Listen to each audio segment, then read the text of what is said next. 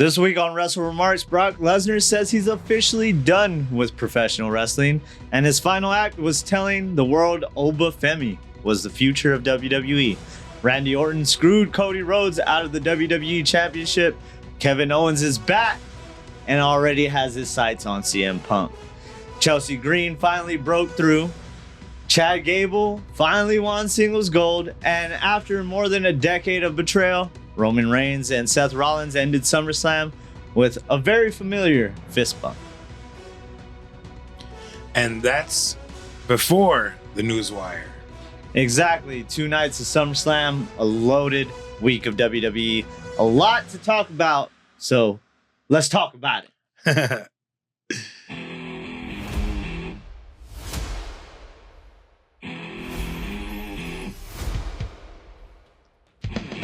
Ladies and gentlemen, boys and girls, marks of all ages, welcome to another edition of your Wrestle WreMarks. I am Chris. And I'm Pat. And this week, we got the Newswire, we got SmackDown, both nights of SummerSlam, Monday Night Raw, and we'll finish with NXT before we get out of here. So no long introductions today. And Pat, you already know what time it is. I just watched his Dark Side of the Ring because it's back on Hulu. It's time! It's time! It's Newswire time! We start with Too Cold Scorpio. Charles Skaggs has pled guilty to reduced charges of second-degree assault and armed criminal action stemming from that June 2024 stabbing incident in Kansas City. Now, Scorpio had claimed self-defense after an altercation while working security at a Love's travel stop. He had originally been facing first-degree assault before the plea deal, and now he's, of course, avoiding trial, and his what's it called? Sentencing will be in October 9th. So the legal case isn't over, but we finally know where it's headed. Yeah, it's a major piece in the sentence. So it's crazy to see where this had all gone. I remember we watched the video whenever it happened, and we had reported about it. But man, I guess I'm wondering if you think he'll get time, or if he's gonna get some kind of probation. Yeah, I mean, either he'll do some time in probation, or they'll give him the book, you know what I'm saying? Oh, damn. It could go either way, you know what I'm saying? Yeah, it was all stemming from, someone going into the stop, and I guess they had a lit cigarette, and he told him many times, is what Scorpio claims, and they ended up getting aggressive, and he acted in self-defense. Of course, the other guy says that Scorpio was the aggressor, so. I mean, Loves don't play. They got cameras everywhere, so yeah. We'll see. Moving on, The Undertaker may be getting ready to bury his own podcast, so 6 Feet Under might be 6 feet under soon. Good. Taker told Chris Van Vliet he really doesn't enjoy doing 6 Feet Under, and said when the current contract expires, he doesn't expect to renew it. He basically said he'd rather go to the dentist and get his teeth pulled, so he's trying to go to Isaac Yankem. Yank him out. Dang. That's his brother, right? DDS. That's a strong review of your own show. Oh, man, very strong. But it fits what we've seen lately. The One Dead Man shows stopped. He and Michelle McCool left LFG, and it seems like Taker is much happier behind the scenes than constantly pulling the curtain back on himself. I mean, I miss his podcast with Matt Lyda, bro. Shout out Matt Lyda. Is that what the guy's name was? Yeah. I never. Yeah. I just love their chemistry. That good chemistry. And plus, Taker be roasting him for wearing flip-flops with no socks. Or flip-flops in general. Now, Batista also wants people to stop fantasy booking his return. Yeah. He was asked recently in an interview if he would come back, and Batista says he'll never wrestle again. He got the ending he wanted against Triple H. Give him what he wants. And he says that he refuses to tarnish that. Yeah, true. Good wrestling retirements usually mean nothing. Somebody actually has to stay retired. And plus, I mean, he's the greatest wrestler turned actor in the business. So I don't know, man.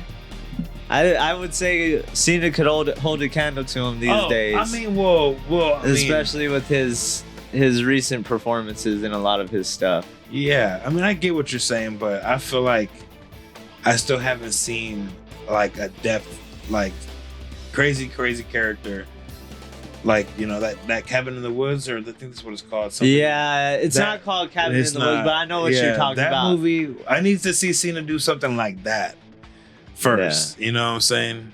Because he's hilarious. Yeah, he is. Which brings us to another retirement that matters this week.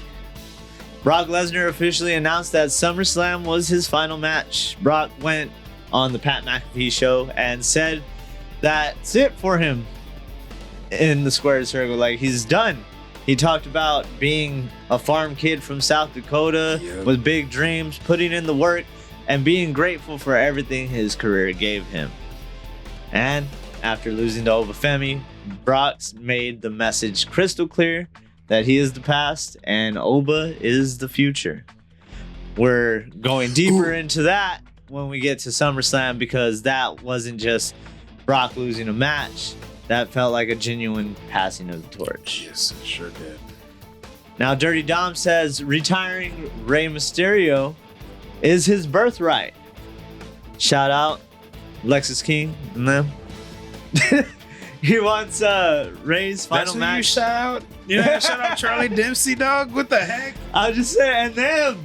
Okay. Okay. All right. That's included. Okay. He said he wants Rey's final match, his mask, his name, and he already has a location picked out. Tijuana, Mexico, where the Mysterio legacy is deep in its roots there. Yes, I hope he beats that deadbeat and then they hug it out. No, and if Rey is healthy enough when the time comes, that's almost too perfect not to do. And that's the truth. It's truly true, bro. And I think it's time for him to hang it up. I think it's getting there, and I think he knows it's getting there. It's just that he's been trying to have a little run before he gets there. Yeah. And things keep coming up. He just get... Yeah, he got... Well, I don't know if he was injured completely or not. I can't remember if there was an update on that. But, yeah, like you said, man, the story writes itself. Father versus son, a retirement match in Tijuana where it all started for the Mysterios. It's just a storybook moment. It sure is. Kevin Owens also opened up about how uncertain he was while recovering. KO said there were times watching WWE where he wondered if modern wrestling had just passed him by. He's 42. Younger guys like Oba Femi and Trick Williams are coming up, and before surgery, even running the ropes became difficult for him. Then he comes back at SummerSlam, gets one of the biggest reactions of the weekend. Yeah, that was like a Triple H Road Warriors pop, dude. Yeah, I popped for it. Oh, me too. The Gunther one I popped for too, which we'll get into more, because Aldis said it was best for business. Heard that somewhere. So, seen that somewhere. Owens also used the post-show to send support out to AEW's Rebel during her battle with ALS. Rebel responded by congratulating Kevin Owens on fighting his way back from his neck and spinal issues, and reminded him how quickly all of this can be taken away. Because Owens said that, that was part of inspiration for him, is Rebel battling ALS. Also, don't forget, AEW is planning a special Rebel Heart edition of Dynamite September 9th. So tune in, buy the merch, help support Rebel, and help try and find a cure for ALS. Yes. Now, over in AEW, Max Caster's contract reportedly expires in October. Listen. Too bad Cena ain't there no more. The Acclaim. Right now, I got the song stuck in my head. right now, a return doesn't sound particularly likely. He hasn't wrestled for AEW in 2026. He's also been working independents, and there's no reported movement on an extension. But if it comes, we'll be here to talk about it. Yes. Pretty wild considering how over the Acclaimed were. I mean, I just popped myself right now. Haven't even seen them in a long time. We're at that point. But hey, WWE, come on. I would love it if Cena was still there, dude. It Dude, would be he so could great. be in the John Cena Classic and still diss him. It doesn't matter. Cena don't gotta be there to see it. I mean, he could still be there to see it. But they can't see him anyway, so it doesn't really matter. But yeah, sometimes breaking up a popular team like that, it doesn't create two single stars. Yeah. And Bowens, on the other hand, he's still thriving somewhat, but I still don't see that star factor in him just yet. But he's got something going there. Yeah, but Max got it. Now, speaking of being critical of superstars and what they got and don't have, Chelsea Green, meanwhile, got the last laugh during SummerSlam weekend after winning the interim WWE Women's Championship. Chelsea looked into the camera and dedicated the title to Michael Hayes. Heck yeah. The same Michael Hayes whose comments on Unreal made it pretty clear that he didn't see her as the top champion. Road Dogg also took to Twitter, or X, to congratulate Chelsea and basically asked why it took everybody else so long to see what he saw in her. We'll get to that ladder match later, of course, but this was one hell of a victory lap. Had to bring it up. Now, unfortunately, Brie Bella confirmed she broke her scapula during the 6-woman tag on night 1. Somehow she finished the match. She says she'll be out for a bit, but fully intends to return once she's healed, which is highly unfortunate. They brought her back so the Bellas could be reunited. Nikki got hurt. Boom, Brie got hurt when Nikki comes back. I mean, they're twins. Oh, man. That's a terrible timing for those two. Really it sucks for them. I actually enjoyed that because, I mean, like, we're always right, so we call them mostly everything. Oh, yeah. We'll get to that some more. That turn. Yes. That turn of events. Turn of events. Now, Dragon Lee is also dealing with the torn ligament in his thumb, which we reported. And he's hoping to avoid surgery, though, because it could cost him another 3 to 4 months. TNA also confirmed Mara Sade and Jody Threat have left the company, while also teasing that a former Knockouts champion will be returning. Gal Kim to TNA confirmed. EC3 responded to a concerning video making the rounds where he appeared to be limping and disoriented. People were worried about his health. He said it was his second match after a brutal travel day. His leg was legitimately banged up, and most importantly, he was also selling. Oh. Was he trying to be funny there? No, that's what he said. Okay, well, I mean, you gotta sell. Selling's a lost art, bro. You know what I'm saying? But yeah, he said it is legitimately banged up to an extent. Yeah. MLW is moving its October 3rd show from Philadelphia's 2300 Arena to Center Stage in Atlanta after alleging the arena breached its agreement. MLW is also reportedly exploring legal action over their payout issues, which is wild to hear. How many people have been screwed by the 2300 Arena then? Yeah, for real. A lot of people probably. Except for Paul Heyman. And TKO's second quarter results revealed WWE's portion of the shareholder settlement connected to the WWE UFC merger is $105 million. About $75 million is expected to be covered by insurance, leaving WWE with an expected $30 million loss. So, of course, we heard about the settlement. We didn't hear the numbers. Finally, we know the numbers. I'm assuming this is going to be the same case when it comes to the whole Janelle Grant thing as well. Okay. Because they're currently in their private. What is it called again? I forget what it's called, but they're doing it privately. Yes. Because they're working on an agreement. They don't want it to be public. Quick hits before we get out of here, though.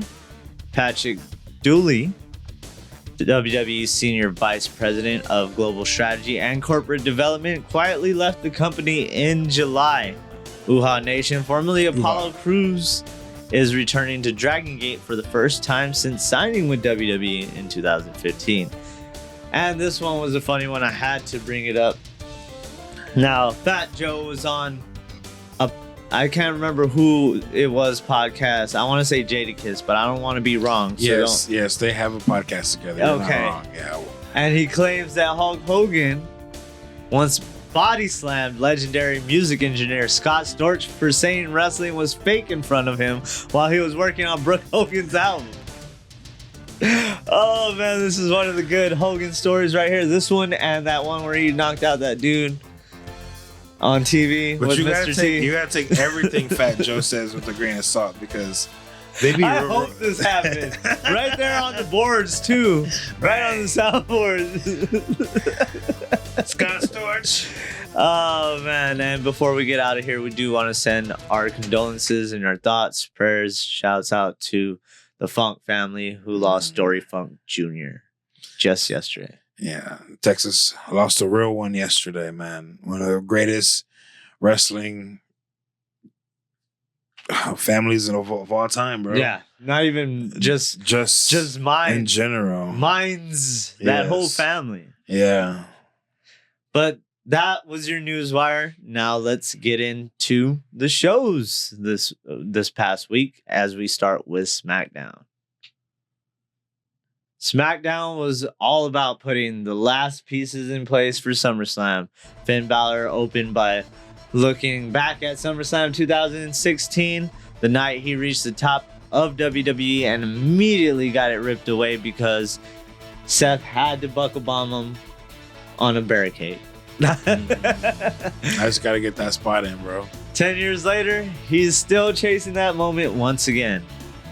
Then Sami Zayn comes out talking about justice, saying he should still be WWE champion, and either Cody or Punk winning at SummerSlam works for him because he believes he can beat either one of them. Finn finally hits him with the obvious truth that Sami wants to mock Finn for holding the championship for one day, but Finn lost his because he got hurt. Sami lost his in 9 days just because he simply lost. That one landed, man. Poor Sami. Yeah, justice for Sami. Can we get a moment of silence for Sami? TikTok. Oh, TikTok. He was right. And then Gunther shows up and starts destroying both of them, which finally brings Nick Aldis into the fight. Aldis gets physical, puts Gunther in the Kingsland Cloverleaf. That's how you say it, Cole. And later says Gunther pushed him far enough that the GM has to become a wrestler again. Elsewhere, we saw Michin and B-Fab beat Tiffany Stratton and Chelsea Green after Jade Cargill got involved, which brought Charlotte Flair down and gave us another big brawl for the women's title picture. The MFTs, the Mother Tongues, also made their intentions clear. Tama and Tala say leaving Solo was the right move. Haku reminds them exactly who his sons are, and later they attack Damian Priest and R-Truth and the War Raiders while posing with both sets of the titles, because that one ended in a no contest, right? They both shoved the ref. The ref called DQ on both teams. Mm-hmm. Draw. Yes, sir. Then the Mother Tongians. I'm assuming that's what they're gonna go by now. Okay. Because that's what Haku said, right? Yeah. He said, "Remember who y'all are. Y'all are the Mother Tongians." Yes, sir. So that's what MFT stands for.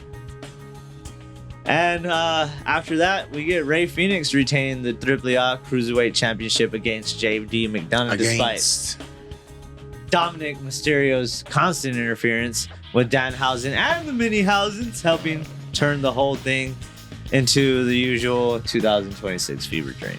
Sir. Lash Legend qualified for the interim women's championship ladder match by beating Julia. And the show closes with CM Punk and Cody Rhodes finally dropping all the friendship talk. Punk admits he knew taking the title opportunity in Chicago would piss people off and says he didn't come back to make friends, but he also didn't come back to lose them. Cody tells him this stopped being business a long time ago. Then Cody asks the obvious question, why wait until tomorrow? They drop the microphones, start swinging, fight around ringside and over the announce desk, and that is our final image before SummerSlam. Yeah, them pull apart balls with Punk need to stop because they're not all that. That one was pretty good. I like that one. Okay. I mean, some of it looks sloppy. I just wish they would tighten it up a little bit. I don't know. It seems like they lay it in enough to make it look believable. Okay. Like most of the times you have those ones where they're just like going like that, but when you saw Cody and Punk, they were going for the head constantly. True. And I feel like both of them were like, just lay it in. You know? Yeah. Let's get it. And punch me like you want to. Didn't Punk have a black eye too after that? I mean, I think Punk just bruises easily now because he's old. Damn, I didn't say it. He said it. I mean, he's the best looking 48-year-old, he said, dude. Oh, man. So let's get into the biggest part of this week's show, that being SummerSlam. And let's get into night one. Night one opens with Liv Morgan defending the Women's World Championship against Io Sky. Io gave Liv everything she had, even surviving plenty of Judgment Day involvement. Roxanne Perez distracted the referee. Raquel Rodriguez bombed Io off the top rope, and Io still kept fighting. But after a really strong finishing stretch, Liv catches Io with a code breaker and an Oblivion to retain. Big defense for Liv. Io is one of those names where beating her matters, and it got a huge heat that spilled into all. Yeah, it had some really good heat on the Judgment Day with that one, which makes me wonder, are they going to bring them up anytime soon? Because I mean, they got to be their best heels right now. I want to say, at least in the women's division when it comes to Roxanne, Liv, and then close second would be Fatal Influence for me. Okay. Then we get LA Knight, Solo Sikoa, and Royce Keys beating Jey Uso, Jimmy Uso, and Jacob Fatu in that 6-man tag. There was bloodline chaos everywhere, but LA Knight gets the biggest piece of the win by hitting Jey with the BFT for the win. And I think I also called it that he would pin Jey. You did. But don't forget about that. Remember all that stuff that we just said, because that immediately spilled onto Raw itself too. It sure did. Next, Gunther versus Nick Aldis. And if anybody forgot, Nick Aldis had a career before becoming SmackDown GM. He reminded them in this one.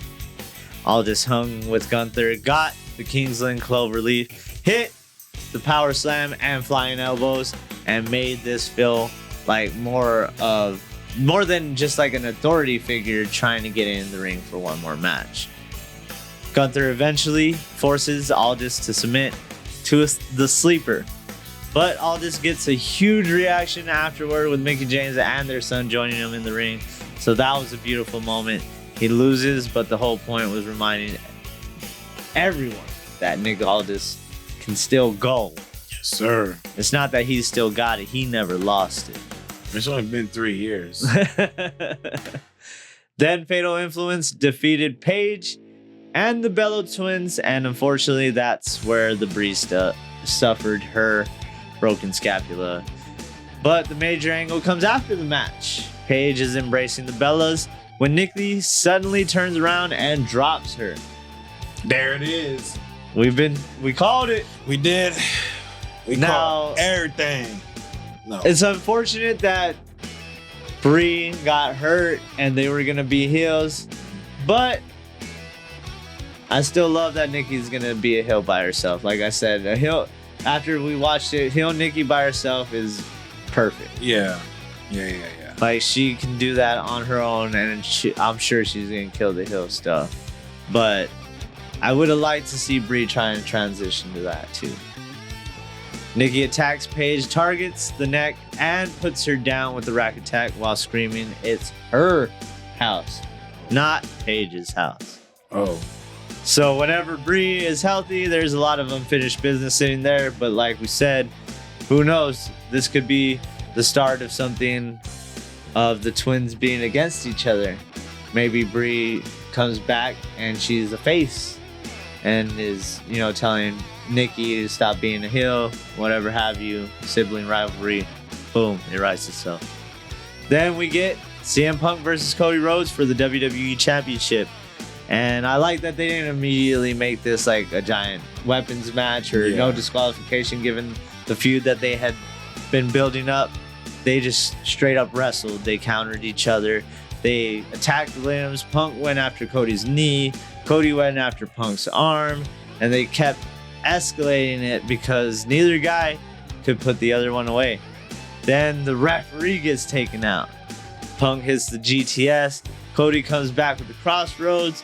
Punk rolls outside, and just when Cody looks like he might have it, a snake comes slithering in and hits the RKO. Randy Orton returns and RKOs the crap out of Cody.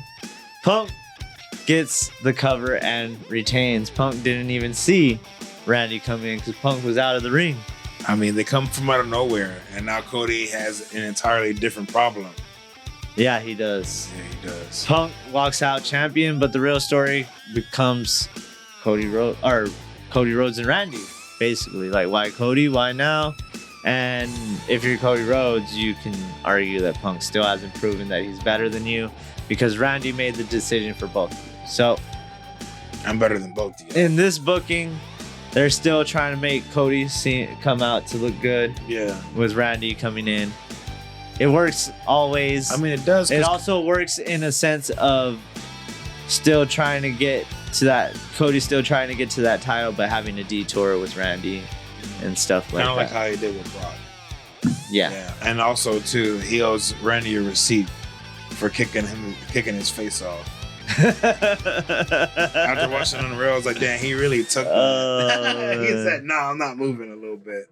I'm gonna take it. Is that what he's trying to do? He's trying to punt Punk again before he defends the title.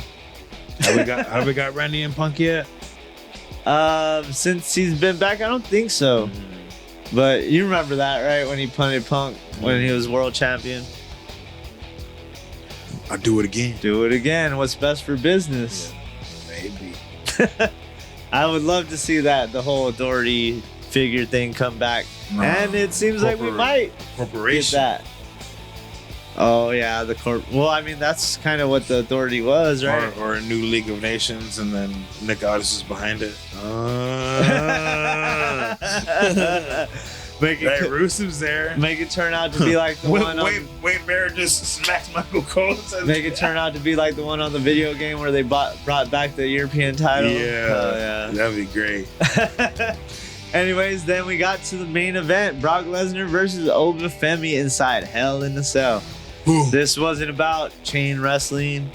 This was WWE asking one question: can Oba Femi survive Brock Lesnar at his absolute worst? Brock suplexed him, beat him with chairs, used the ring steps, tore apart the canvas, and exposed the wooden boards underneath. Then pile drove Oba into the exposed boards. Oba kicked out. Brock hits 3 F5. Oba kicks out again. And you can see the moment that Brock realized this kid was not going to go away. Yeah. Oba gets back up, hits the fall from grace, and beats Brock Lesnar clean. Didn't even use the boards, even though I think he meant to, but... I don't think he meant to, though. You don't think so? What if he didn't mean to? Maybe not. Now Brock is finally lost inside Hell in a Cell. Clean. That's the kind of win that changes somebody forever. Yeah, and it was a true passing of the torch. It sure was. Because somehow they made it bigger with Brock coming back in the ring. He hugs Oba, raises his arm, grabs a mic, and tells Minnesota and everybody watching that Oba Femi is the future of WWE. Now we know that Brock says this is officially his final match. Yeah, you go for it, bro. So Brock's last opponent was Oba Femi. His last loss was Oba Femi. And his final act was passing the torch to Oba Femi. You cannot get a stronger endorsement for a young superstar than that right there. Yeah. And that was night one. Yeah. Let's go ahead and get into night two. Because night two starts with Sami Zayn and Finn Balor expecting their number one contenders match. But the reinstated SmackDown GM, Nick Aldis, comes in and said he decided to do what was best for business and adds Gunther to the mix. But not just Gunther. He adds one more man. I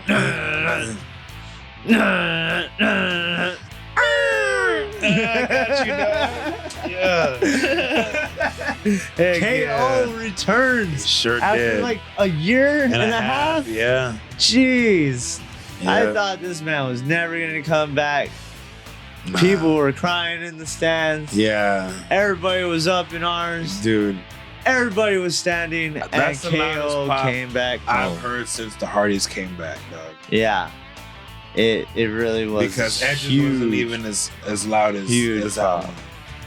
It's great. It was awesome. Yep. Like they used to do, yep. You remember that? Yeah. Yeah.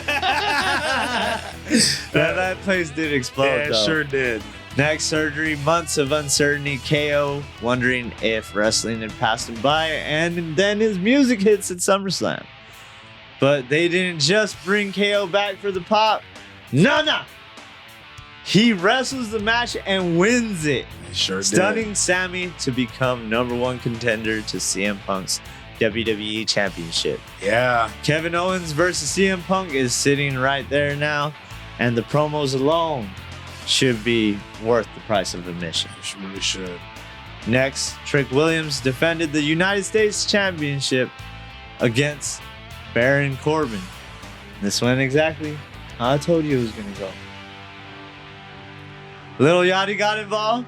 Trick accidentally sent him through the table outside, kind of bent the table, not really cracked it. Little Yachty's too light. Corbin used that distraction to get the championship behind the ref's back and finish Trick off with the end of days after. And our new WWE United States champion, Bum Baron ass Corbin. So is he happy now? Yeah. Is he happy? I don't know. He seems like angry Corbin now. I mean, he could be losing the money in the bank Corbin again. You never know. Then we get Charlotte Flair, Jade Cargill, Tiffany Stratton, Lash Legend, and Chelsea Green in the ladder match for the interim women's championship. And Chelsea spent most of the time feeling like the person everyone assumed would be close before one of the bigger names went ahead and took it. Instead, everybody wipes everybody else out, and Chelsea sees an opening. She comes back to life. She was sitting there hung on the ladder. For real, for a long time, too. She noticed everybody was down after coming to, saw that, and she had to get those abs engaged, get back up that ladder. Next thing you know, she actually climbs the ladder, and she actually does it. Chelsea Green is our new interim WWE Women's Champion. Should be WWE Women's Champion. She's WWE champion. I don't care what nobody says. But long overdue. And what did I say? I said that I hope Charlotte won, but my wild card pick would be Chelsea Great wild freaking card. Green. All right. He called the wild card. I told you. Yep, and I called the upset. You did. Baron Corbin. You did. But given everything we talked about on the newswire, the fact that she immediately dedicated that belt to Michael Hayes made that even better. Yeah. Then we had Dominic Mysterio versus Danhausen in the Human Money Zone poll. What's up? Her name need to be Chelsea P.S. Hayes now because that's that he owes her that. I'm taking your initials. Oh, man. Of course, on Human Money Zone poll, JD interfered. The mini Housens appeared. Torito-hausen appeared. Torito-hausen. I'm glad they gave us some acknowledgement. Joe Henry smashed a guitar over JD. Dominic got cursed, and the pyro went off in the corner like we said it would. Danhausen grabbed the money, and perfectly normal wrestling match, of course. You know, it was very evil. It was very nice, and there was a lot of is it Human Monies or Danhausen Monies? It was both. Okay, a little bit of both. Yeah, it was a little bit of Danhausen Monies mixed with Human Monies getting tossed down into the crowd. I still hate you for uncursing the Knicks, but it's okay, Danhausen. Yeah, true. You're my boy. Moving on, Penta defended the Intercontinental Championship against Chad Gable, and this was one of my favorite matches of the weekend. No giant angle, no dozen people interfering, just two elite wrestlers having at it. Penta attacked the shoulder, Gable went after the ankle, and after years of waiting for Chad Gable to finally get that meaningful singles championship moment, it happened in his hometown, or home state actually, in front of his family. Gable traps Penta in the ankle lock, Penta taps, and Chad Gable is your new Intercontinental Champion. Finally. Yes. The finally. Gable has come. No, Gable. No, but you know what? I did like this match. You know why? Because this, I got feelings of the Penta of old. Not talking AEW Penta. You're talking about talking Lucha Underground Lucha, Penta. Impact Penta. Yes. That Penta. Yeah, Penta. Yeah. Yes. At the end, Penta hands him the title, embraces him. Great match, great moment, and exactly the kind of payoff Gable needed. Yes, sir. Then, the main event. Your main event. Roman Reigns versus Seth Rollins for the World Heavyweight Championship. This match had 15 years of history packed into it, and they didn't hide from any of it. Seth came out to the intro to the Shield, the Sierra Hotel crap. Yeah, crap. Had the had the fake Seth. Had the fake Seth. I know, because he disappeared. I was like, where the hell did he go? and then he comes out in this big ass, look like Mucha Lucha ass colors. Excuse me. Anyway, you know who I'm talking about. Sir. The girl from Mucha Lucha is the same colors. He had some Mucha Lucha, Buzz Lightyear going on. Yeah. They stole each other's moves in the match. They hit spears, curb stomps. Roman hit his own curb stomp. Seth hit his own spear. Yeah, we got the pedigrees, bombs through the announce tables, and eventually the ref goes down. Yes. Seth grabs a chair, and suddenly he's behind Roman like it's 2014 all over again in that same exact position that ended the Shield. And for 1 second, you know exactly what both men are thinking. But Roman sees it, because Roman knows. Yes, sir. He turns around, clocks. Then they keep fighting. Seth gets the pedigree and the stomp. Roman survives and answers with a pair of spears, and finally pins Seth to retain the World Heavyweight Championship. But the real ending comes afterwards, because Roman stands up, looks at Seth, and extends his fist. Seth looks at him, grabs the Dean Ambrose mask, puts it down, and they fist bump with an imaginary Ambrose in the middle. Yeah, it sure did. Full circle moment, man. Exactly. Not a reunion, not suddenly being best friends all over again. Just acknowledgement between two men who have spent years of betraying, fighting, and trying to destroy each other, but were brothers before any of it. Yeah, and also loved, Roman threw the chair on the side. There's no more. The chair is gone. I loved how he did the paradigm shift. Yeah. Yeah, and then he did the wacky line too. Yeah. Oh, that was great. Yep. Good pick. And Cole called it. Of course he did. Yeah, shout out He to didn't them. call the paradigm shift, but it used to be Dirty Deeds at one point. Yeah. That's what I said when it happened. Dirty Deeds. Yeah. Oh yeah. It was good. Yeah, it was a good one. And that's how SummerSlam went off the air. So let's not waste no more time and get into Raw. Because Raw wasted no time. Yeah, Raw was for Raw. what was coming up next. Roman opens the show celebrating his win over Seth, saying he called his shot, won the Rumble, owned the Summer, and is still World Heavyweight Champion. Then LA Knight walks out, congratulates him, but calls him a fraud. Knight's argument is simple every time. He's gotten near Roman before. Roman hid behind the bloodline, but Knight just beat Roman's family at SummerSlam, so now he wants Roman one-on-one. No bloodline, no excuses. Roman tells him get to the back of the line. He said, "What have you done lately? Oh, you want a tag match? When's the last time you got something?" Yeah. But it was pretty obvious that where that was headed. Javon Evans then picked up the win over Ethan Page. I did love how Knight stopped him. And I forget what he said though. When he was trying to get out of the ring. I forget. It was cold. It was. Yeah. I know what you're talking about, but I forgot. But Javon Evans picked up a win over Ethan Page, only for Big Cass to destroy him afterwards. This is not where I expected Cass to be. Me neither at all. Cass explained that it took him 8 years to claw his way back to WWE, and Javon wasn't personal. He was simply the first person standing in his way. We also got more cracks inside the bloodline where Roman was furious about their SummerSlam loss, questioned why Royce Keys was being called, calling Jacob family. Roman says Royce isn't family.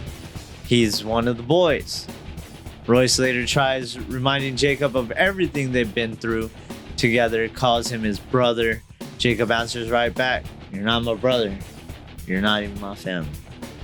That leads to a street fight where Jacob beats Royce with the Tongan death grip and then keeps attacking him after the match. That's when we see Roman come out and gives his stamp of approval. He nods. They raise their ones together. So Jacob just made his choice pretty clear. Yeah, very clear. He's sticking with his family. Duh. It looked like it hurt to do it. Yeah, You know. he made it clear with the visuals. I Yeah. feel like Liv Morgan also comes out claiming that she's the greatest women's world champion of all time after beating Io Sky. Yeah. Oh my god. That confidence lasts until Becky Lynch shows up and tells Liv she hasn't been defending it enough. 100 days. Liv says Becky's jealous, and Becky responds that Liv isn't even the greatest women's champion in the Judgment Day. Then she goes on to say she isn't even the greatest women's champion to have slept with Dominic Mysterio. Dang, that wasn't necessary. I don't even know if that was PG. Which is why it was great, though. It was perfect for all that. And then when she was saying that she is the worst women's world champion, I'm out. Yeah, she got her. She cracked Liv. It was perfect. Yeah, it was great. But she led up with everybody saying, Yeah, it's just not me saying it. Yeah, this is great. Yeah. Then Stephanie Vaquera joins the situation and helps clear Judgment Day, and suddenly Liv has Becky and Stephanie both staring at her championship, also staring each other down. That's when Stephanie says, "Stay out of my way," I think is what she said. Yes. Becky said, "What are you going to do about it?" Yeah. So That was good. That we have something lying there, maybe. Kim Possible versus Shigo, dog. That's great. But I feel like it's just going to end up in a triple threat for the title. Now, Oba Femi also addresses Brock Lesnar. Oba says WrestleMania was Brock asking if he could swim. SummerSlam was Brock dragging him into the deep end to see how long he could hold his breath. Oba survived. Brock passed him the torch, and now Oba says he isn't following Brock's path. He's forging his own and leading the next generation. Mm-hmm. And that's the bottom line, because the ruler said so. All right. And who happens to be standing there and listening after the fact as Oba's walking off? None other than Braun Breaker. I hear them sirens. Another guy that they've been telling us is gonna lead the next generation. Monster matchup there when it comes to B. Dude. I don't think they're gonna do it right away. I think that this is gonna be a match for when Oba finally gets the title. I've seen people kind of up in arms that he's not going straight for the title already, but I think that's where we're headed. It's just they're gonna cross paths. We're gonna get that tease. We're gonna get until we're like, oh, when are we gonna get it? Yeah. Why haven't they done it yet? And then it's gonna come. But I also think that there's one big factor that you're missing, bro. What's that? Because when Bronson comes back, he's not gonna be friends with nobody. Yeah, I don't think so either. So it's gonna be the three of them. Yep, that's true. That stare down though told you everything. Mm-hmm. That's coming. Later, Braun murders Joe Hendry with one spear and starts asking Paul Heyman about Oba, saying, "Oh, I thought y'all were best friends now." Yeah, Oba versus Braun is definitely money. Yeah, that money. Yeah. But Chad Gable gets his championship celebration after and thanks his family, the fans, and even Penta. Penta comes out, calls Gable one of the best wrestlers in the world and gives him his respect. Naturally, Dominic and JD McDonough ruin the moment, which leads to Gable and Penta versus Judgment Day. Gable pins Dominic with Chaos Theory, so the new Intercontinental Champion immediately keeps his momentum rolling. And before Raw ends, Roman crosses paths with a GM from AAA, that being Rey Mysterio. Rey reminds Roman, "Hey, you know I'm the GM of AAA, right?" And says there's something that he wants to run by him. Roman walks off, and walks off with Rey to hear him out. So that Roman said, "And now I know." Like, okay. And that adds to the list of things WWE wants us wondering about after SummerSlam. When is he going to show up at AAA? Is it going to be at Triple Mania? Is it going to be at Triple Mania in the US? Is it going to be the second night? Nah, I feel Mexico. I feel a Mexico acknowledgement would be better than. I would love that. Yeah, I hope so. Mexico. And from Raw, we head into our final stop of the week, NXT. NXT opened up with Miss Parker and Thea Hale taking on Nikita Lyons and Carmen Petrovich with Natty in their corner. Natty spent most of the match doing exactly what you would expect, and that's getting involved whenever the referee wasn't looking, trying to give her side every possible advantage, but of course it eventually backfires. Parker wipes Natty out with a hypnotic, and Thea finishes things with a back senton to get the win. They called it the boyoing. Yeah, I heard that. And actually, Natty couldn't just take the loss. No, of course not. She's Natty Neidhart. Come on now. The dungeon attacks afterwards, but Natty accidentally clocks Nikita during all the chaos, and Parker and Hale manage to clear the ring. So are they already breaking those three up? What's going on here? I think it was an accident, hopefully. So even with Natty trying to run the whole operation, there may already be cracks. Yeah. Then we get into Tony D'Angelo coming out to address Grayson Waller and Cruz Montana. Waller's entire argument remains that NXT needs him because he's the one creating buzz around the men's division. Tony's response, let's look at the NXT of old, the 2.0 War Games team. He said Braun Breaker, champion. Carmelo Hayes, champion. Trick Williams wasn't even in the match, champion. Tony D'Angelo, champion. Current champion at that. Grayson Waller, Nothing but disrespect right there. For real. Tony said it though. We didn't say it, Grayson. But everybody's saying it, Grayson. It's just not Tony D saying it. Then Cruz Montana comes out and takes it even further. Cruz tells Waller the difference between them is Waller fights for himself while Cruz fights because he has his people depending on him. Tony finally gets tired of both of them talking and says, "You both want my championship? Fine, fight each other. Winner gets me at Heat Wave." Simple. Later, Robert Stone makes it official. Grayson Waller versus Cruz Montana next week. Winner challenges Tony D'Angelo for the NXT Championship at Heat Wave in Houston. Houston. Ren Sinclair also defended the WWE Speed Women's Championship against Zarya. And because Ren would earn a shot at the WWE North Americans, or the NXT North Americans Championship, Women's North American Championship too.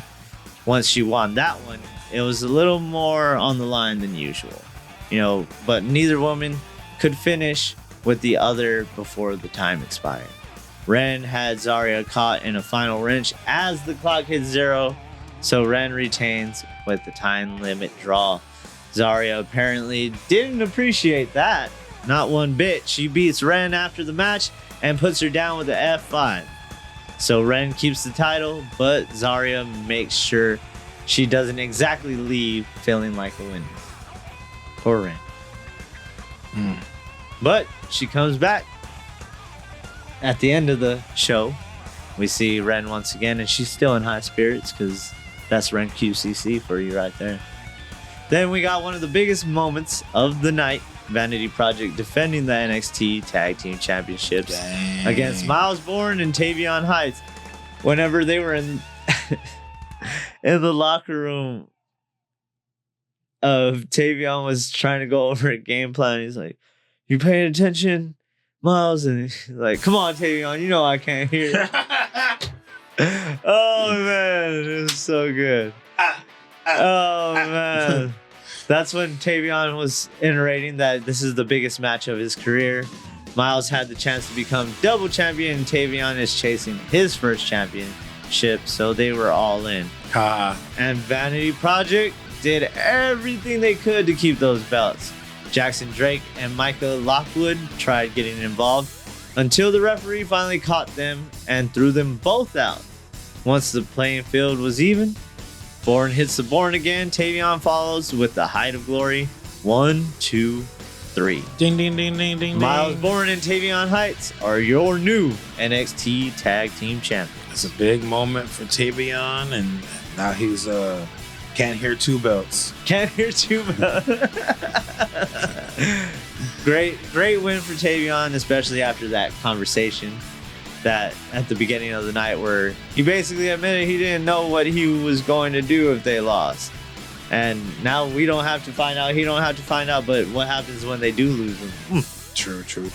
Now, Keanu Carver also picked up a win over EK Prosper. Prosper pushed him harder than Carver probably expected, and even had him in trouble late. But Carver catches him with a small package for the victory. I didn't expect a small package from Keanu Carver for a win.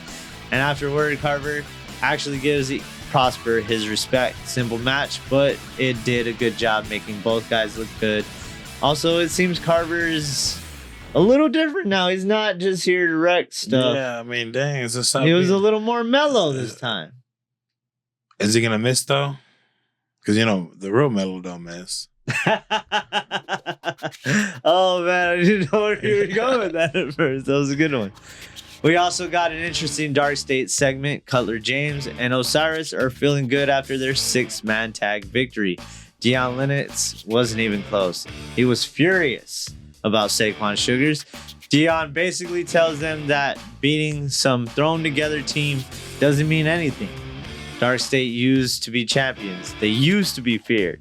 And he refuses to be comfortable just because they picked up one win. Yeah, he's listening to Grayson Waller. That's for sure, because he brings up Waller, calling the locker room soft and complacent, says that may apply to everyone else, but it damn sure doesn't apply to him. He's got Saquon next week, and Dion says it's time. Saquon isn't walking away. So, Dark State may be winning matches, but internally something still isn't right there. Saquon need to get his leg back. That's all. I'm hoping so. Then we get the main event. Kendall Gray defending the NXT Women's Championship against Lola Vice in an underground match. This one felt completely different than everything else on the show. No ropes, no normal pinfalls, just two women trying to force one another to quit or get a stoppage. Yeah. Lola had the obvious advantage because this is her environment. But Kendall Gray does have some wrestling background. And early on, you can see both of them treating this like it was a grappling match. Saw takedowns, submissions, counters, until things started getting a little nasty. Gray drives Lola into the ring post. Lola answers back by slamming Gray face first into the steps. That one looked kind of brutal. They stopped the match for a little bit. Bandaged up Kendall Gray. Apparently she was bleeding from the ear. I don't know, it was that little small box, because this time I actually watched it on the CW for once. Why? I don't know. But I was actually genuinely worried until I saw, the rap, and she's still wrestling and all. Yeah. That's when this stopped looking fun for a little bit. Yeah, because medical personnel were out there, and she looked shaken. She sold the hell out of that, but she insists on continuing. Lola starts pouring it on with kicks and suplexes. Kendall somehow fights back with the German suplexes and some T-bones. Then Lola catches her with the 305. Kendall ends up falling into Hank and Tank outside of the ring, who push her back, but then she answers with a back elbow as she's coming back in the ring. Lola sits there knocked out. Kendall is on top of her. Lola comes to and gets in the rear naked choke. Then Kendall transitions to a cross arm breaker. Then the triangle. Neither woman wants to quit. The referee eventually accidentally gets knocked out by another 305. Lola locks in the choke again, and Ren Sinclair sits there slapping Kendall in the face to get up. To waking up her friend. Tell her, get in there. You got this. That's a real friend right there. Eventually, we boxing after I win this match or you smack me in the face. Eventually, Kendall finds one last opening. She catches Lola in a triangle choke.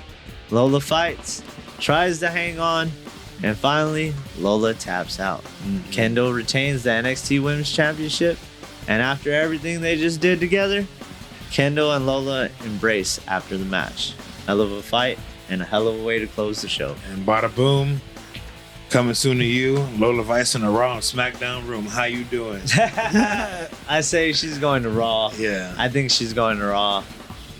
It's going to be nice to see Lola in the big spotlight now. I enjoy her work. I enjoy her promos too. Like, she's good. She's just a great personality.